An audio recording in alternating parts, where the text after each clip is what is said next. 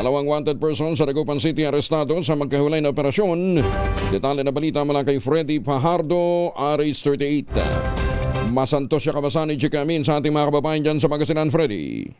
Masantos siya kabuasan Kuyang Angel. Natimbog ang dalawang wanted persons ng Dagupan City Police o magkahiwalay na operasyon sa lungsod. Batay sa ulat ni Dagupan City Police Director Colonel Arnold Solomon, naaresto ng kanyang mga tauhan sa Barangay Bulusan sa siyudad ang puganting 24 anyos na binata, telecom rigger assistant na residente ng Barangay Matik-Matik, Santa Barbara, Pangasinan, sa bisya ng waranto pare sa kasong act of lasciviousness na pinagkalooban ng korte ng piyansa na 108,000 pesos. Samantala, alas 7:30 ng gabi nasa kote naman ang 53 anyos na lalaking welder na residente ng Barangay Bunuan, Bukid, Dagupan City na naharap sa kaso ng paglabag sa Section 5 in relation to Section 6 ng Republic Act 9262 Anti-Violence Against Women and Their Children's Act na may piyansang 72,000 pesos. Sa ngayon ay nananatili sa kustodiya ng Dagupan City Police Station ang dalawang akusado na pag lumabas ang commitment order ng hukuman ay ililipat na sila sa BGMP.